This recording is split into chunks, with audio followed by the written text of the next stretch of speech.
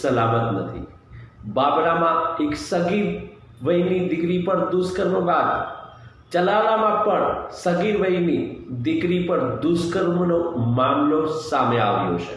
અમરેલી જિલ્લામાં સતત દુષ્કર્મની ઘટનાઓ વધી રહી છે।